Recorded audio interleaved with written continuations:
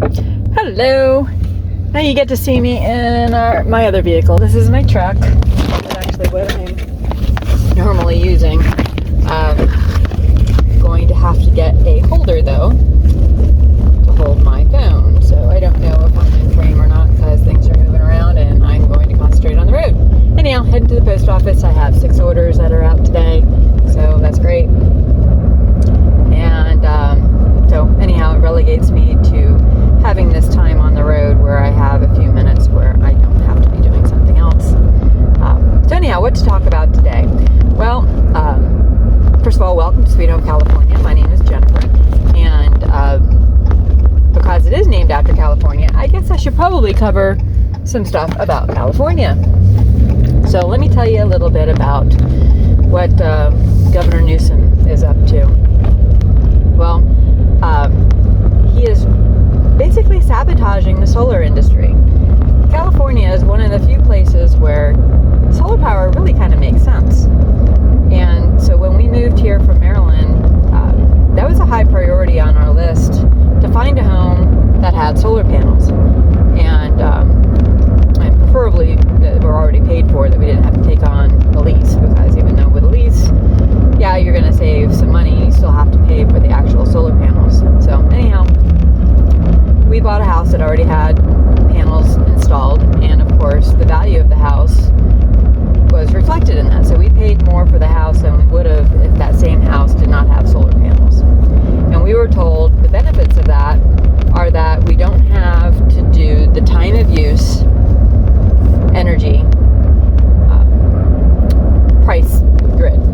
So in California, because they have such a horrible power structure here, they need to charge more during the prime hours of 4 p.m. to 9 p.m. when people are home from work. They're wanting to have their air conditioning on in the afternoon, because in the summer it can get up to 120 degrees out here, and so you definitely want to be cool, and those air conditioners take up a lot of electricity. Another benefit of our house is that we have a swamp cooler. If you've never heard of a swamp cooler and you live in an area that has less than 30% humidity on a regular basis, you definitely need to look up swamp cooler. It's a lifesaver, and really helps the pocketbook too, because it doesn't take up nearly as much electricity as an air conditioner. But it only works if you are in low humidity areas. So anyhow, the time of use electrical pricing.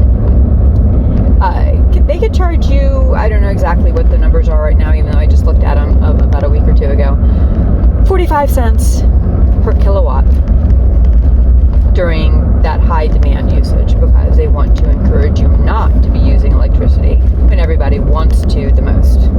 So that was part of the deal, that with solar power you didn't have to worry about that, because you are creating electricity, and whatever you're not using is feeding back into the grid at the rate that you would be charged anyway. So they don't, that's one of the benefits.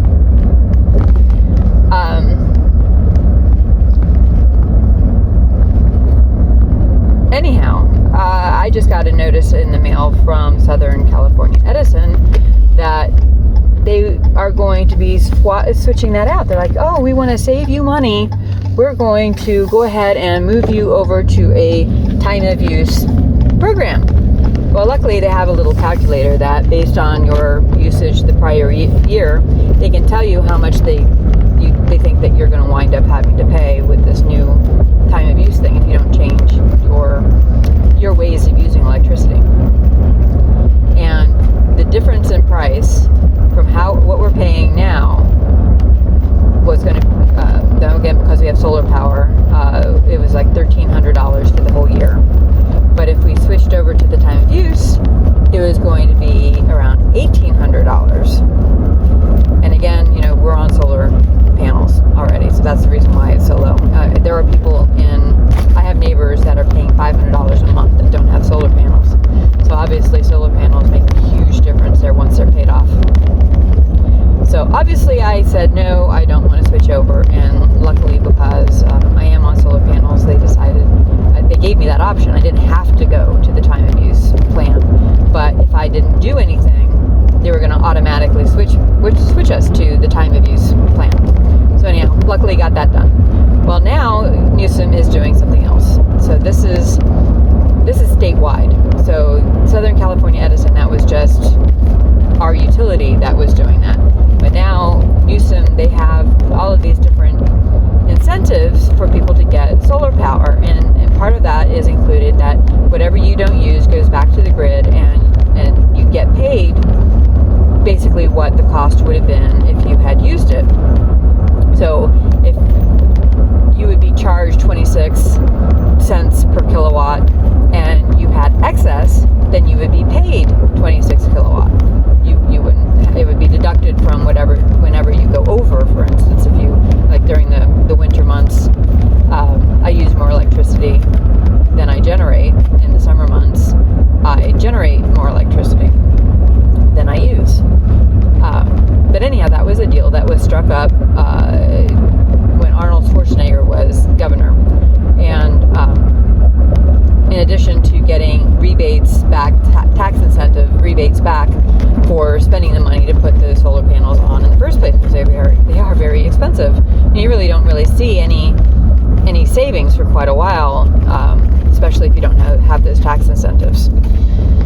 Well, all those tax incentives have worked, and California, I think, has one of the highest participation rates in rooftop residential solar panels. And as I said, it doesn't make sense everywhere in the country, but it does make sense in California, where we have mostly sunny days and very few rainy days that interfere with getting the solar energy. Well, now Newsom is and the electrical advisory panel are recommending that that's too expensive to do. They want to recommend eliminating those tax subsidies and also reducing the amount of money that solar panel owners get, the credit they get when they generate more electricity than they use. Because they're complaining, well, if we just have these solar farms that take up all this wonderful agriculture land, they're turning them into solar panels because they don't want to give water to the farmers anymore. So the farmland is being turned into solar panel farms. Well, anyhow, that electricity is cheaper for the utilities to get than from the rooftop individual owners. So they want to lower the amount that they give as credit. Well, I hope that if this is news to you and you live in California, that you make a huge uproar. There is speculation that that Newsom is getting a lot of pushback, which he should be, because obviously, I paid more for my house because it has solar panels, and because I was going to have this ongoing reduction in the cost of my electricity because I have solar panels. It's basically reneging on that deal, and it's also going to really discourage homeowners from getting it in the future. Well, of course, any new home that's being built has to have the rooftop solar, so maybe they're thinking, well, they don't have any choice anyway.